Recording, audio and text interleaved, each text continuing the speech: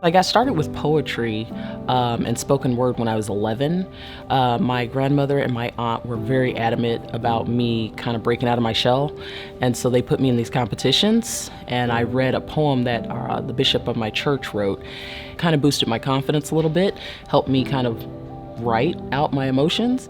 Honestly, it's a lot of grief of, a childhood I wish I had, grief of, a marriage that I lost, grief of losing a child, grief of just, being alive on this planet. You don't know what your story could do for other people, so your trauma could be someone else's survival guide.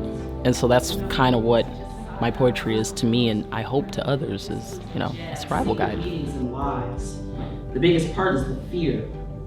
Not for me, mind you, but everyone who has come into contact with the mirror, which I don't know if you know. I had a stroke, and coming back from the stroke was really difficult. I got back into my writing, and I started looking in my recycling bin, and I wanted to make something. I started making these African dolls. I started relating the stories of the dolls to people in my family, which allowed me to get things out and kind of express myself a little bit more. And I think I was coming back into myself more. What does it feel like to dance? It's an outer body experience for me. I become my alter ego, because when I dance, nobody else matters.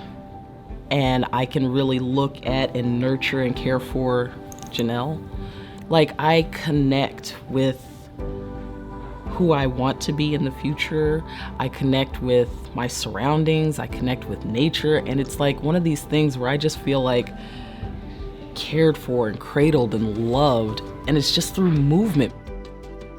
I try to come from a very authentic place, a place that's definitely really deep within myself.